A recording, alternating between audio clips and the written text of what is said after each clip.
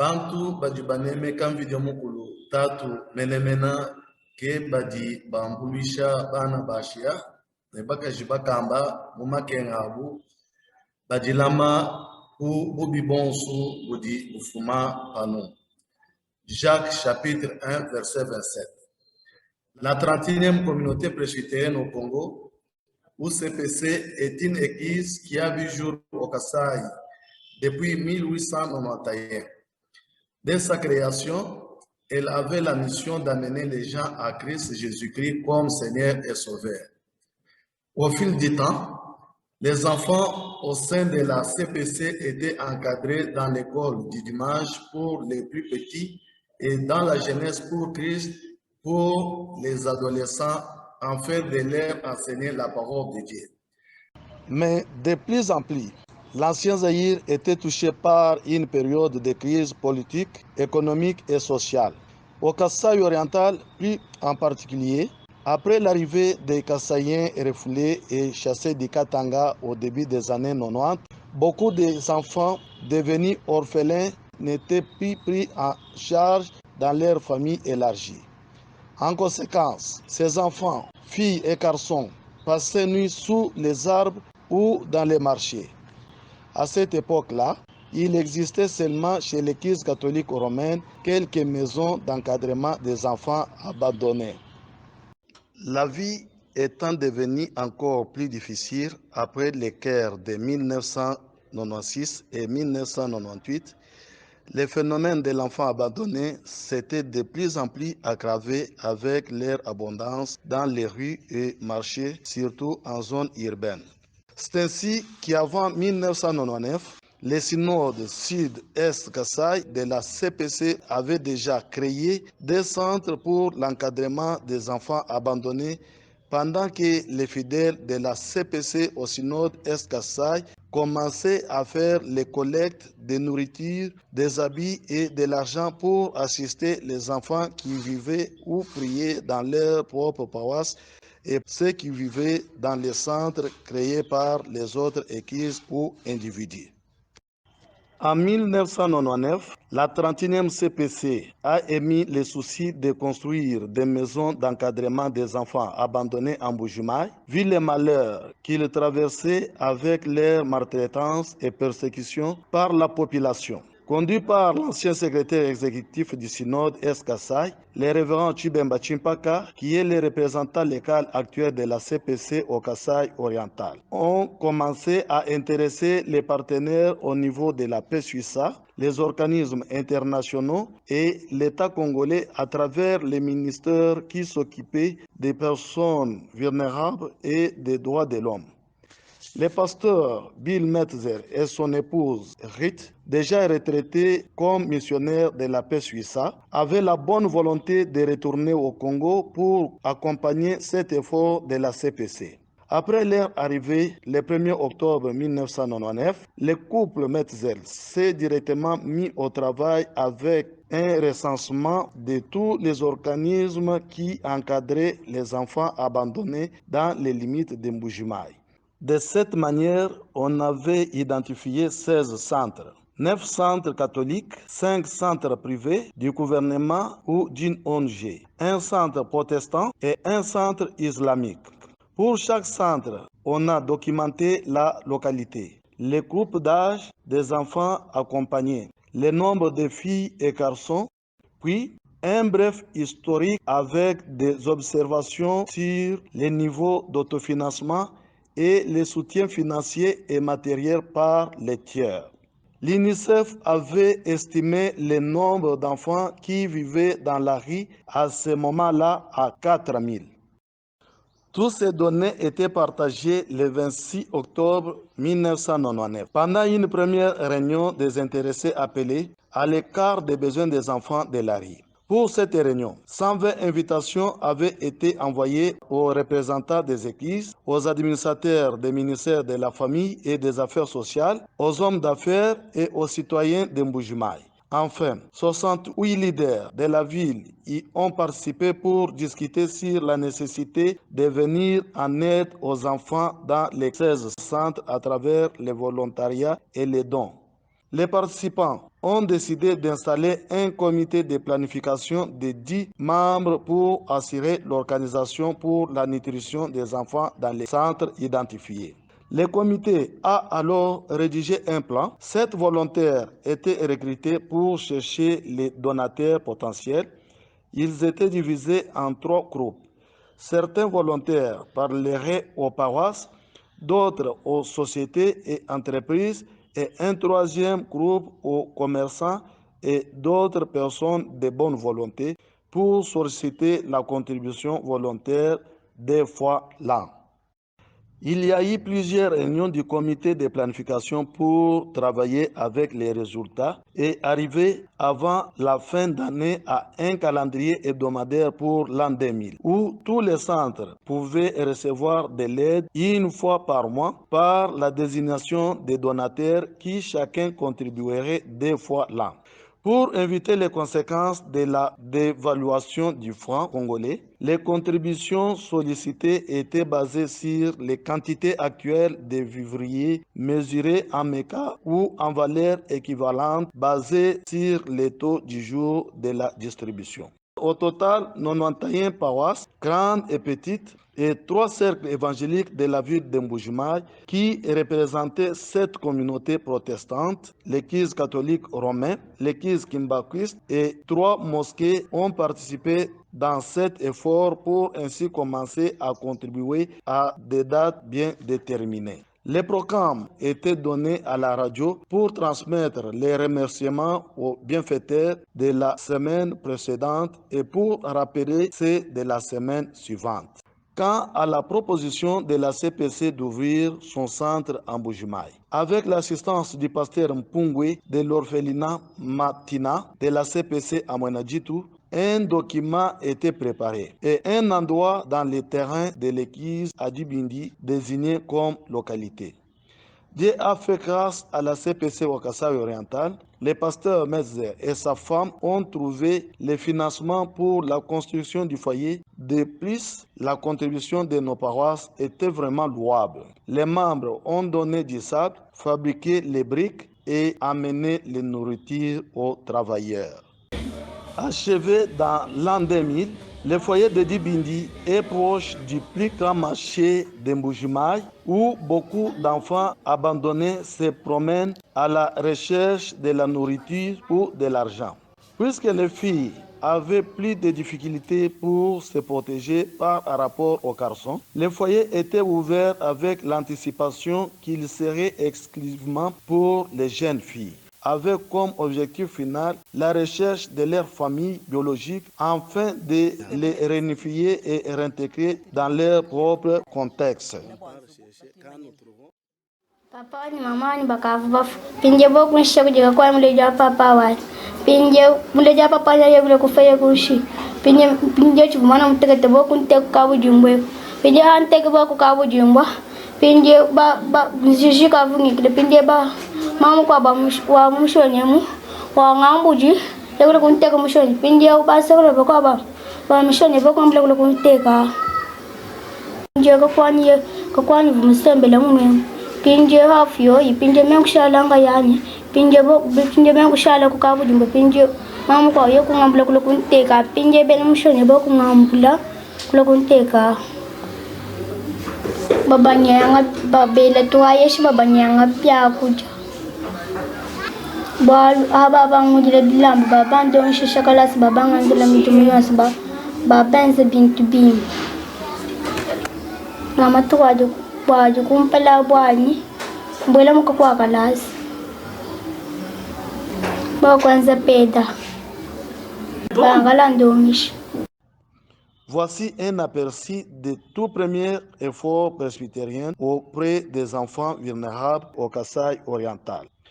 Bien connus par leur nom kassaïen, Mufindula et Kamwanya, le couple Metzel a jeté la base sur laquelle nous continuons à bâtir. Aussi à Kabey Kamwanga, les presbytériens commençaient à se débrouiller pour abriter les enfants abandonnés. Grâce aux efforts locaux, avec les foyers dans 3 synodes, l'œuvre presbytérienne auprès des enfants vulnérables au Kasaï oriental était en toute modestie en train de prendre une ampleur plus large. C'était l'époque où on commençait à appeler les enfants orphelins et vulnérables des sorciers.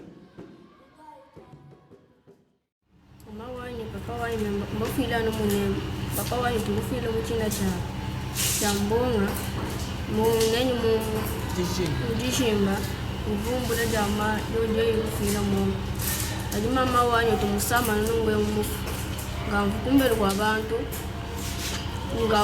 tani bantu tubakame towehe bujehe banuni buloshi nangumbuka mwabewu wekuli muja bapa kwewe mama we mema kumbuka mema kumbuka kuya mema kwenda mu mwena mutumba duambe nikalwenya bakuya kunje uya yako eminto nyinge banu mema kuya nyinyi mema kufiketa kwa mama mwa bunungwe mulunga mileni na usomba mwabe wikala ngenzela na shamijumu ukahana tubintu tuda ya kumepinje ha kusomba kwa kungasomi koko chimona no kusangisha ko kuto bangingisha ko ku bikol nema kumbu kali mama yendu ite ngamvu panyana pinje tumaye panyana tumai mama yewita musana ni bibi la mabiyoko na bibi sabate bikya jungonga ni mapepo ni mambo bele mtoba kantu bafwa kimujuma antene bele konteka ni mwabe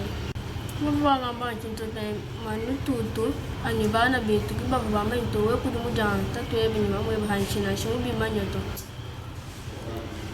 ema kunju membo bo kubona hanga habami bo nango ema kungu mubiri woyi wanyo munde unsauni bo hani bumba bumba bangi atanye kumbe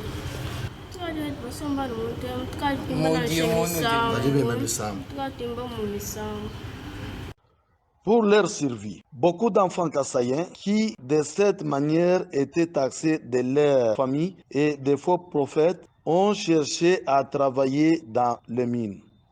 Exploités par des opérateurs miniers, ce sont des générations qui perdent l'opportunité d'éducation pour une meilleure future. C'est ainsi que les foyers de Dibindi étaient approchés dans les années 2007 à 2011 par des organisations comme Save the Children qui cherchaient à récupérer les enfants vivant dans les mines de diamants pour leur placement et encadrement. Un autre phénomène qui cause la séparation des enfants de leurs parents sont les coutumes culturelles autour du veuvage. Quand le père des enfants meurt, la mère est chassée de la maison conjugale, souvent accusée de la sorcellerie, et les enfants reviennent à la famille paternelle. Mamwenda wangalula twamani mbake bangalula to kabaiba heta mabujito twamani lufu lwa tatu enda wangalula kuihata mamwenda wangalula hadibi heta mamwenda wangalula kumunyinga bana bayana bangatabana tatwa upesha mukajenda muibichi ubenga mapesha mukaji mukelenga mwaji kakwenda wabangalula upesha mukajenda muibichi pinde mukajenda muibichi awo kulokwanga tangalula kumushiya kushara ye kumbe hadiba yebebe kayuita bijoto wamba ngalula udimu baser ngalula udimu baser baledi ba kudima mwendo ngalula kukeba ngalula tu bijimu ni bijimu pinje musangu wa ndekelu hadiba la kupeta pinje ngalula balu kiya mwa baheta chef quartier kulokuya ni chef quartier kumbe kuyimpinde hadi chef quartier yene mam ni benda bishiyene tulibenda mwabeba tuleje mwabuji ngalula ki chef quartier bula kwamba ni ribike ngale ni numuleje mwabuji ngalula ko ngalula udimbasera ba mu mission ki mudiba ngalula udimbasera ba mu mission papa ku mission ni kali ba sera ba mu mission ba mompele uye ba mompele ba mu mission mema ngamba chidibanga mbele mbambe basera ba mu mission bobo na kwatu yako utuleji o ndai hanu nufika nwe beja bali bano ambile harubu habu bebe jito mwabebe kwenda koku mwabu dibala mabana banshiyana bobo ni ndai ku faye ba ajibalo ba hechi ngalule mwira wakwe beja ba mu ngalule hadibe beja ngalula mpindewo kaba iba mu manyato tuli kwa kutuke bako kumwana mko mwabeo ngalulasi yene memeo pinje mwenda umukukila wasamaji ujimanyisha kuji mwana henda wasamaji ukaula kumuna bokola bongaje ukaula kumuna bokola bongaje mushindu dilifika kujimanyana. Après un séjour de 7 ans au foyer, Nassi était rentrée dans la famille de sa mère. Elle a eu son diplôme d'État et elle vient de terminer ses études en sciences infirmières et elle souhaiterait bien continuer avec les études de licence. Et après, on m'a retiré, je suis là ici. Pour une démarche correcte concernant la tutelle légale des enfants à chaque étape, j'ai collaboré étroitement avec les directeurs et les assistants de la division des affaires sociales qui représentent l'autorité étatique. J'ai trouvé ce monsieur, l'assistant social. Il a fait la fiche de placement de l'enfant. Oui. Qui s'appelle Bijila Kayemba. Oui.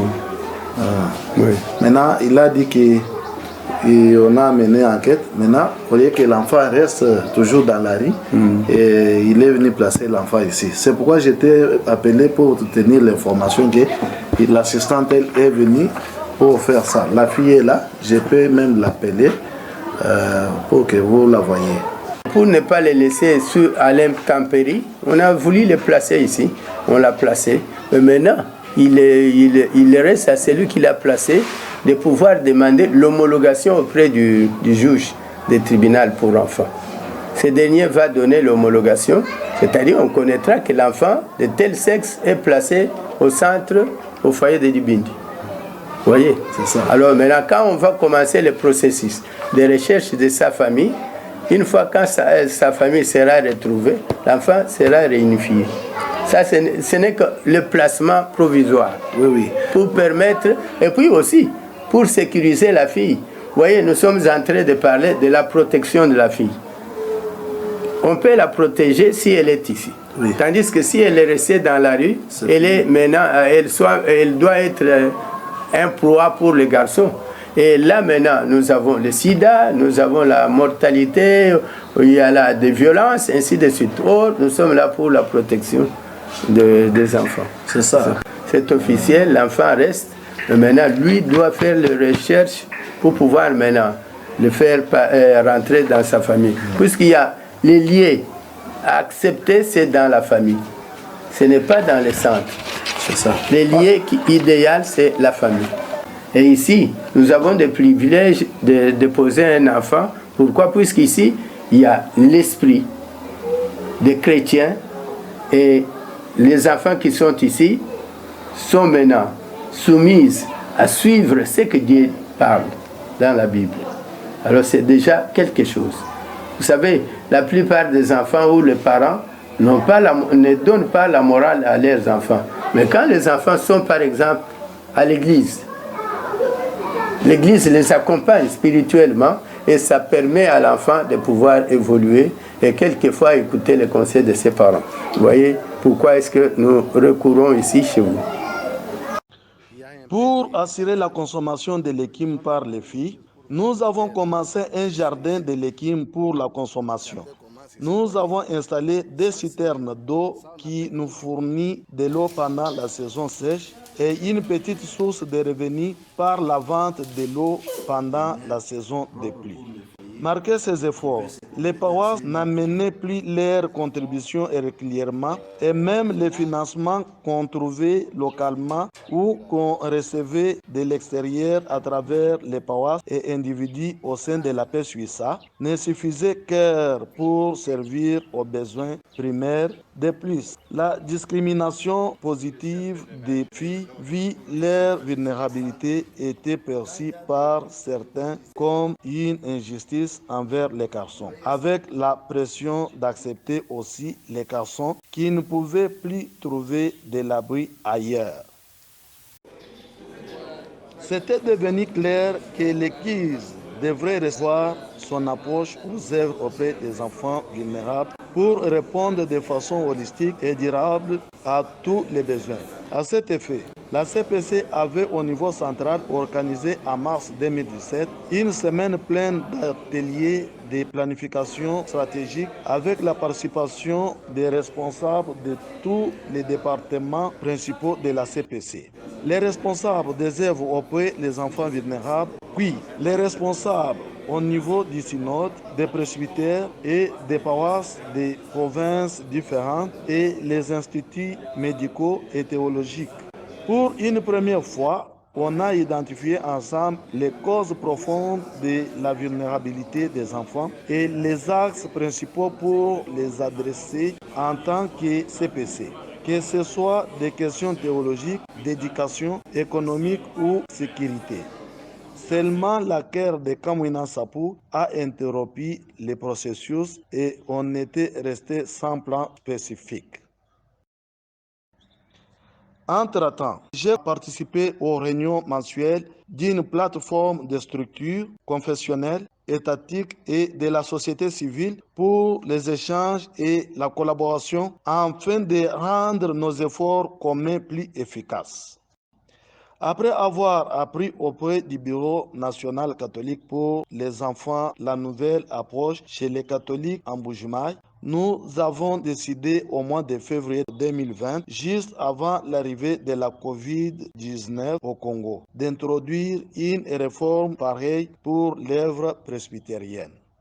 Dans la nouvelle approche qui est en train d'être appliquée dans tous les 4 synodes du Kasaï oriental, les foyers ne servent que comme des centres de référence et d'accueil d'urgence pour un enfant identifié. Après avoir fini les formalités avec DIVAS, l'enfant qui dans cette approche peut être fille comme garçon est placé dans une famille d'accueil au sein d'une paroisse de la CPC et le directeur commence son travail de retracer la famille biologique pour la réunification éventuelle. La dite paroisse s'est engagée à soutenir la famille d'accueil dans tous les besoins pour pouvoir bien encadrer l'enfant. Souvent, les femmes faisaient déjà des petits projets rentables, comme la vente de l'eau de pluie captée dans les citernes, les micro-élevages des lapins, des cobayes ou des chèvres, la location des chambres ou les activités d'épargne et crédit. On est en train d'installer au sein de toutes les 190 paroisses de la CPC au Kasaï oriental des comités paroissiaux de 4 membres formés qui n'assurent pas seulement le soutien par leurs paroissiens de la famille d'accueil, mais qui font aussi la sensibilisation dans leur communauté sur les droits de l'enfant et qui veillent sur la négligence et abus des enfants. Ensemble, avec les assistants sociaux du DIVAS, les paroisses de l'Église catholique et des centres de santé dans leur alentour. Les 190 comités paroissiaux forment un vaste cercle d'alerte qui devrait diminuer la vulnérabilité des enfants au Kasaï oriental. Toutes les parties prenantes s'engagent des protocoles d'accord de la DIVAS et la CPC jusqu'aux comités paroissiaux et les familles d'accueil. La restructuration ne pourrait être réalisée sans renforcer les capacités des gens responsabilisés. C'est pourquoi nous avons commencé à organiser dans chacune des 4 synodes des formations de 4 jours pleins pour les familles d'accueil et pour les comités paroissiaux. Avec la formation des 42 paroisses au synode de Kasaï-Est réalisée, la restructuration là est déjà complète et on a commencé à opérer selon la nouvelle approche. Dans les autres 3 synodes, les familles d'accueil ont déjà été formées, mais on attend encore la formation des comités provinciaux.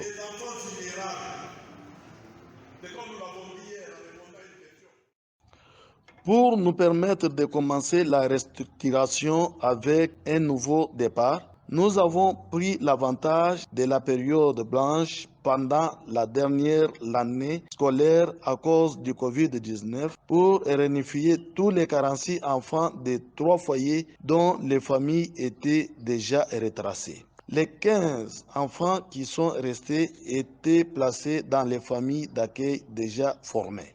À travers les programmes accompagnant des subventions scolaires, tout en collaboration avec les directeurs et préfets des écoles de la CPC, soutenus par les coordinateurs d'élèves scolaires, tous les enfants qui sont passés dans nos foyers étudient gratuitement, tant que les fonds pour ces programmes sont réapprovisionnés annuellement.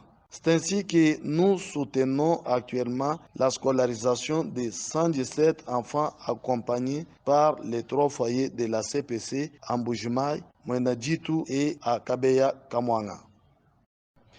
Depuis l'achèvement de la restructuration au Synode-Est en décembre 2020, nous avons déjà eu l'occasion d'accueillir cette année les premiers 5 enfants orphelins des mères qui étaient trouvés avec leurs grandes sœurs.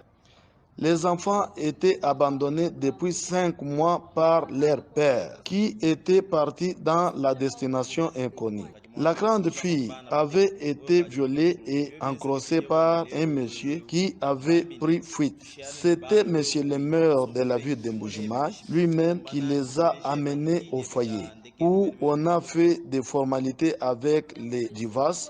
Les enfants étaient placés au foyer puisqu'on avait très vite pu retracer les membres de la famille maternelle à Kabeya Kamwanga qui étaient très heureuses d'être réunifiées avec les enfants de leurs sœurs, même s'ils vivent dans les difficultés.